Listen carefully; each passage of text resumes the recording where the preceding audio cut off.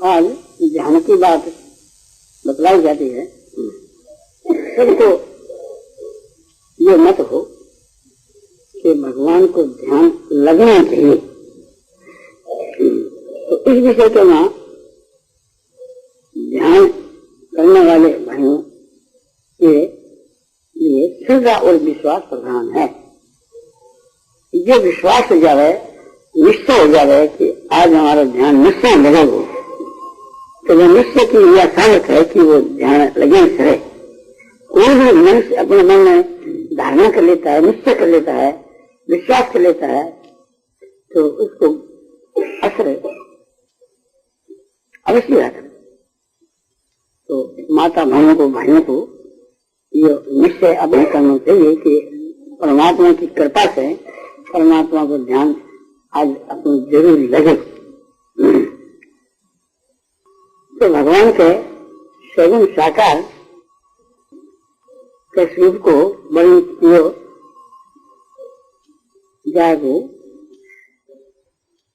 भगवान विष्णु, विष्णु का नाम नारायण है। तो नारायण के उच्चारण करने से विष्णु को ध्यान स्वाभाविक हो जाना चाहिए। किसी भी वस्तु का हम लोग नाम उच्चारण करते हैं तो उस वस्तु की आकृति भी सामने आ जाए। इसी प्रकार से कि भगवान का नाम उच्चारण करने के साथ ही भगवान की स्मृति हो जानी चाहिए। ध्यान करने के पूर्व जो सुखपूर्ण हो सके ऐसा आपने किसी आसन से बैठना चाहिए, सिद्धासन से या स्वस्तिकासन से या पद्मासन से, जो अपना अभ्यास है। तो मन के भीतर में जितनी कामना है उन सबको त्याग कर देना चाहिए। इसी प्रकार से इंद्रियों का जो विषय है उन सबको भी त्याग कर देना चाहिए।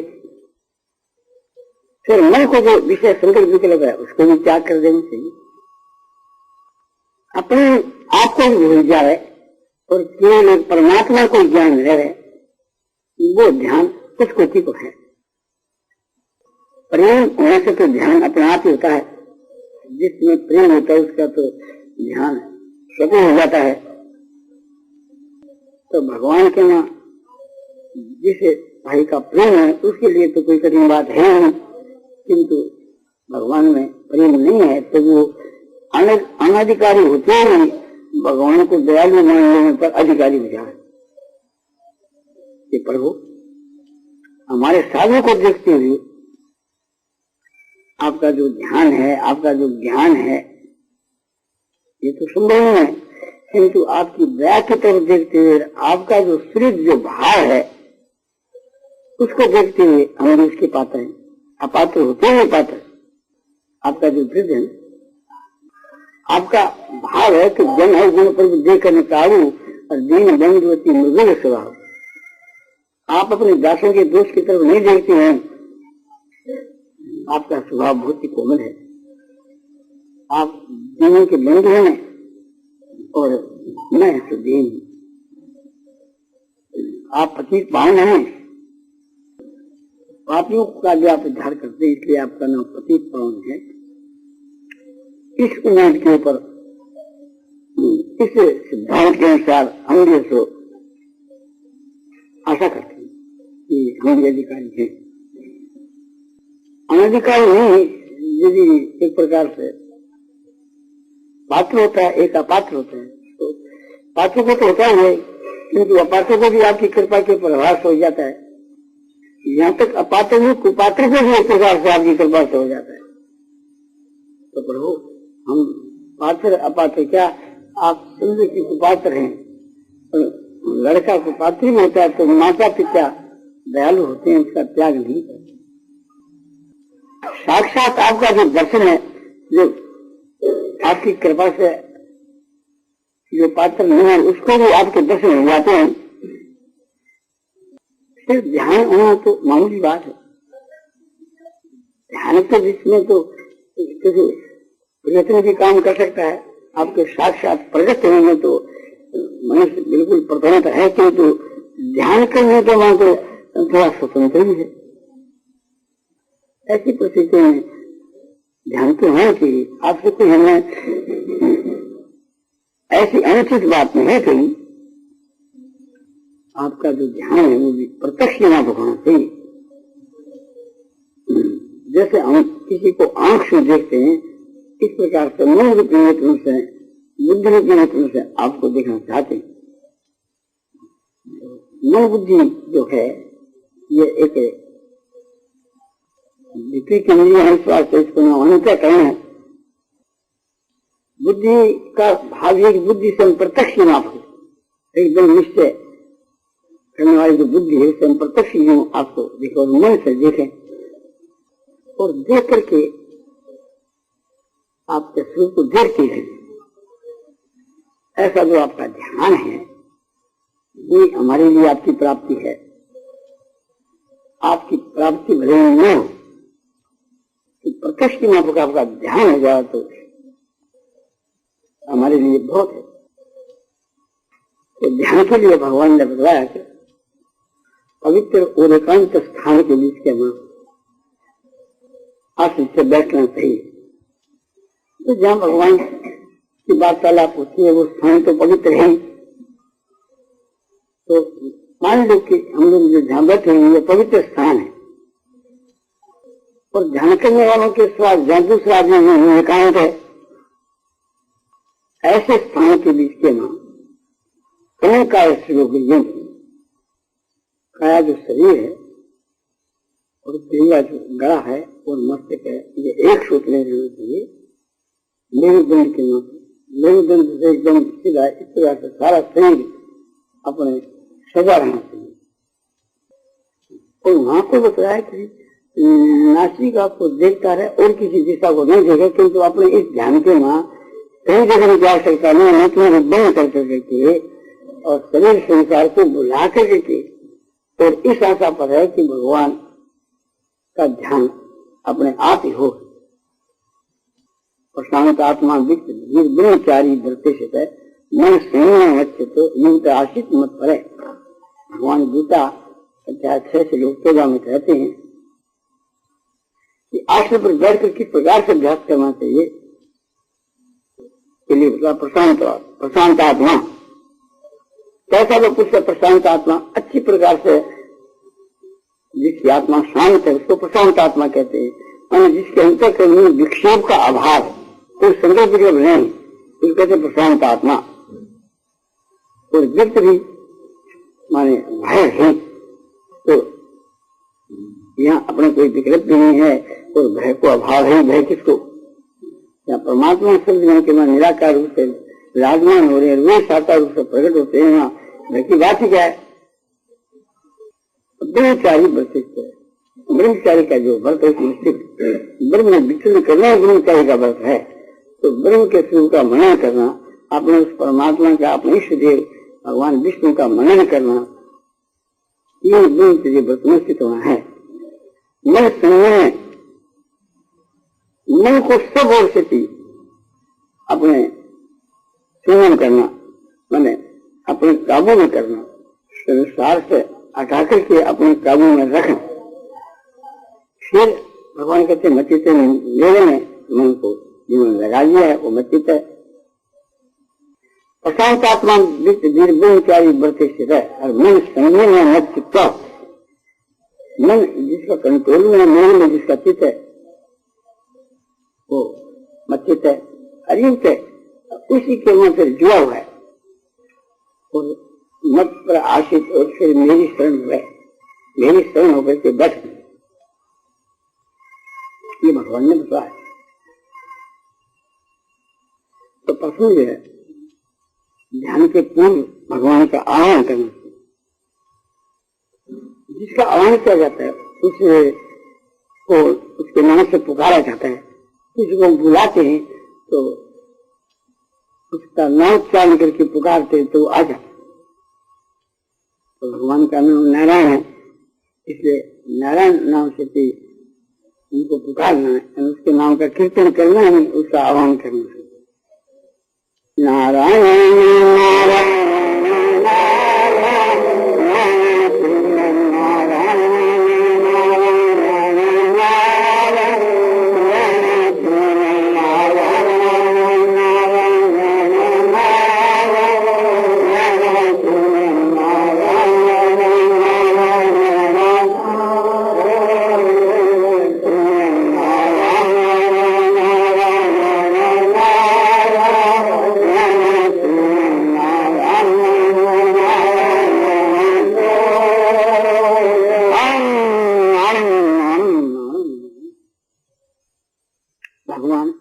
निराकार रूप की सब जगह के वहाँ सदा विराजमान है। वो उनको निराकार धन पसंद सगुण निराकार रूप में प्रकट होते हैं। सत्यनारायण रूप से उनका प्रादुर्भाव होता है कि भगवान है और वह चेतन है और चेतन ही आनंद है, उससे आनंद अलग चीज नहीं है। यह ये समझे कि परमात्मा एक आनंद स्वरूप है। सात्विक आनंद का विलक्षण है, तो सात्विक आनंद जय है, परमात्मा चेतन है। तो परमात्मा कैसा है कि आनंद स्वरूप है, कैसा आनंद है कि उस आनंद का अनुभव उस आनंद को लिए उसकी झलक है हम लोगों को पड़ती है, जिससे हम लोगों को आनंद का अनुभव होता है। किंतु परमात्मा के स्वरूप का अनुभव तो परमात्मा को खुद को ही है। तो जहाँ एक प्रकार से बड़ी भारी शांति प्रतीत होती है, आनंद प्रतीत होता है, प्रसन्नता होती है, तो ये सब उस आनंद परमात्मा के स्वरूप का ही आभास है। कोई एक ऐसा पदार्थ है जिसे ये सब प्रतीत होता है, वो है परमात्मा। कैसा है परमात्मा का स्वरूप है कि आनंद ही चेतन है, माना उस आनंद के स्वरूप का अनुभव उस आनंद को जैसे वास्तव वो आनंद जड़ है, चेतन है, दूसरा के द्वारा जो जाने जावे वो जड़ हो और स्वयं वो अपने आप में अपने आप को जाने वो चेतन है। परमात्मा से चेतन स्वरूप है, चेतन स्वरूप है और है वो वास्तविक सत्य आनंद भगवान वास्तव में है। कैसा है कि चेतन है और कैसा चेतन है कि वाहन स्वरूप है, ऐसा ये परमात्मा का जो निराकार स्वरूप है वो एक प्रकार से सगुण साकार रूप में प्रकट होता है। जैसे तुलसीदास जी ने कहा, हरिव्यापक सर्वत्र प्रगट हो जान। हरि सब जगह समान भाव से व्यापक है, वो प्रेम से प्रकट होते। किंतु जो दूसरे आदमी आतुर होकर के भगवान से प्रार्थना करे कि प्रभु प्रेम तो मुझे नहीं है, इस वास्ते मैं पात्र नहीं हूँ, किंतु आप जो दया के सागर हो इसलिए एक प्रकार से अपात्र को भी आपका दर्शन हो सके। फिर ध्यान की तो बात हो जाए, देखना चाहिए कि भगवान निराकार रूप से थी, जो निर्गुण निराकार रूप से थी जो थे वे सगुण निराकार रूप में प्रकट हो गए। यानी सत्यदान रूप से अप्रगट से थे वे प्रगट से दिखने लगे। मैंने जो ये आनंद प्रतीत हो रहा है तो परमात्मा के स्वरूप से ये प्रसन्नता हो रही है, आनंद हो रहा है, शांति हो रही है। मानो हम सब लोग एक आनंद के सागर से नजदीक हो रहे हैं, हमारे नीचे को बाहर भीतर सब जगह आनंद परिपूर्ण हो रहा है। उस वो आनंद जैसे चेतन है, यानी ज्ञान स्वरूप उस परमात्मा के ज्ञान के हम लोग उसके संयोग के आधार हैं। ऐसा जो निराकार जो परमात्मा का स्वरूप है उसे मानिए हम लोग उससे परमात्मा के आधार है, परमात्मा के संकल्प में है, परमात्मा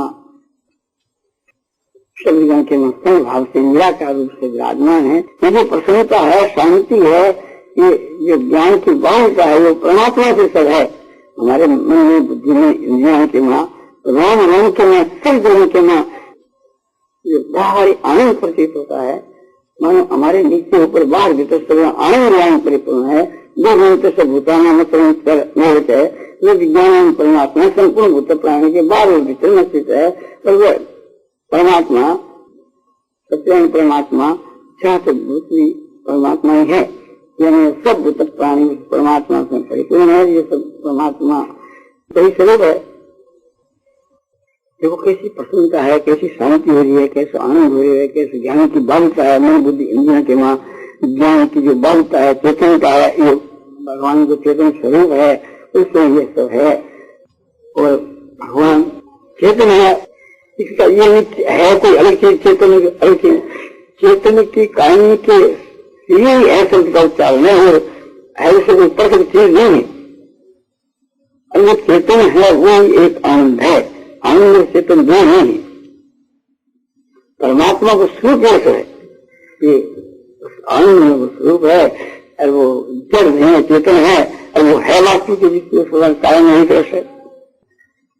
ये जो परमात्मा को स्वरूप है, ये भगवान ठीक है स्वयं साकार रूप में प्रकट होते हैं। जैसे अभी बताया आपको कि हरिजा पर तक समाना प्रेम से प्रकट होंगे। हरि सब मन के समान भाव से व्यापक और वो प्रेम से प्रकट हो।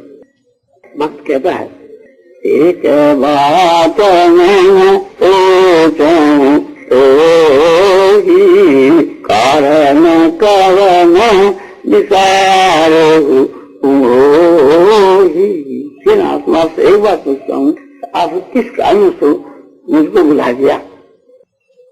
ऐसे दास बहुत जगमान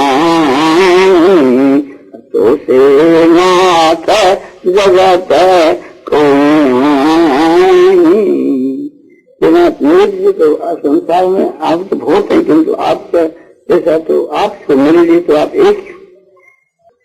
इस प्रकार से भगवान जो प्रकट हुए बाद में एक महान प्रकाश के रूप में प्रकट, नेत्रों को बंद करने तब वो प्रकाश शांति में, प्रकाश सफेद प्रकाश, बड़ा उज्जवल प्रकाश, शीतल प्रकाश, तुलना के तुलना से भी बढ़ करके प्रकाश और संग प्रकाश, ऐसा प्रकाश सारे संसार में प्रतीत होता है। सारा संसार इस प्रकाश से सचन हो जाता है।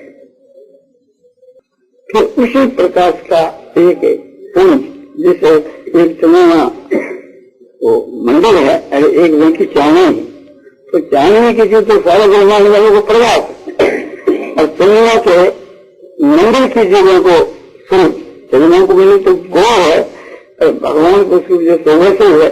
फिर ऐसे रूप में भगवान के समय साकार रूप का दर्शन हुए। फिर भगवान के नाम का कीर्तन करना चाहिए उसके आने के लिए। तो ये भगवान एकदम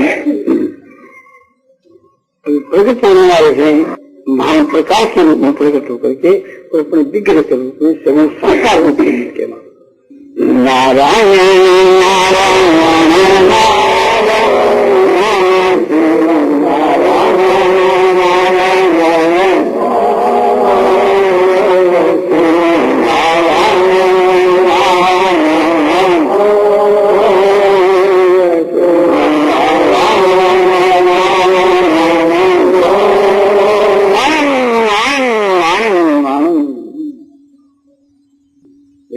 को बंद करने पर भी कैसे महान प्रकाश, समय प्रकाश, एक प्रकाश है शांति में प्रकाश है। ये भगवान को ज्योतिर्मय स्वरूप है, भगवान को एक प्रकार से प्रकाश स्वरूप है।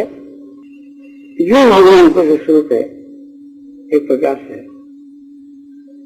इसको जो एक आपने केंद्र है, इसको जो एक समय है, वो भगवान को विग्रह है।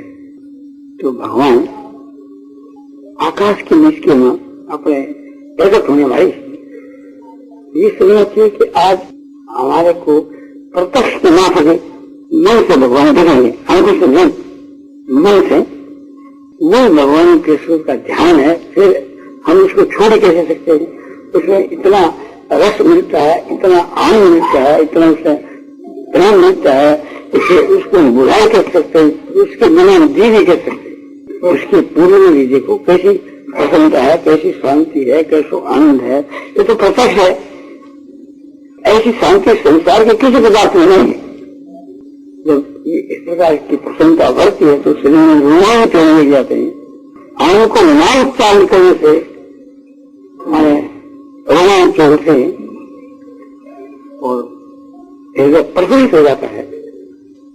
तो ये अच्छे लक्षण है, भगवान के प्रकट होने के पूर्ण लक्षण है। नारायण नारायण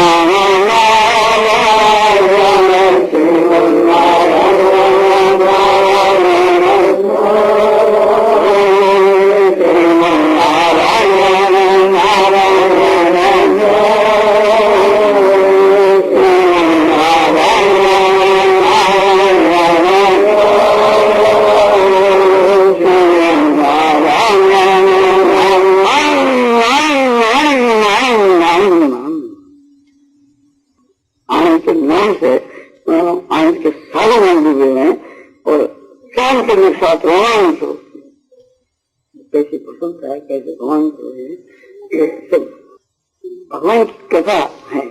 भगवान आकाश के बीच के मां से उन साकार रूप से प्रकट हो गए, इसी का ये प्रभाव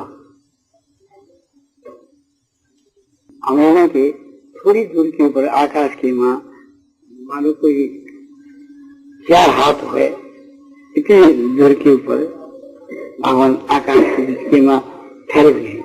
भगवान के नीचे का, चरणों के नीचे का जो तलवा हमें दिखता है, उस नीचे के तलवों की मां जो भगवान के पैर के अंगूठे हैं, उनमें चक्र का चिन्ह है, रेखा चक्र या रेखा तो चक्राकार है, और इंद्रियों की मां शंख की रेखा है, और पंखड़ी के ऊपर अंकुश जो है और यह जो है जो इसकी रेखा है, और वज्र की रेखा है, कला की रेखा है, पद्म की रेखा है, और एक सुंदर लंबी रेखा है जिसको उल्ट रेखा कहते हैं। और भगवान का स्वयं का जो तलवा है, सारा भगवान का शरीर निर्बल होते हैं भी उनके ना सफेदी की प्रधानता इसलिए है कि आपने ज्ञान लिए और निर्गत होने से जो चीज सफेद दिखने लग जाती है। सूर्य का मंडल लाल है क्योंकि निकटा जाता है मत से, तो सफेद सा दिखता है। तो भगवान में प्रकाश है वो सफेद है। भगवान के शरीर की जो धातु है वो अपने नील दोनों मिलकर के एक अद्भुत वर्ण हो जाता है। भगवान का स्वरूप लंबा करीब 5.5 फुट हो, मनुष्य जितना, और सामने का हिस्सा जो चौड़ाई है वो करीब 100 फुट।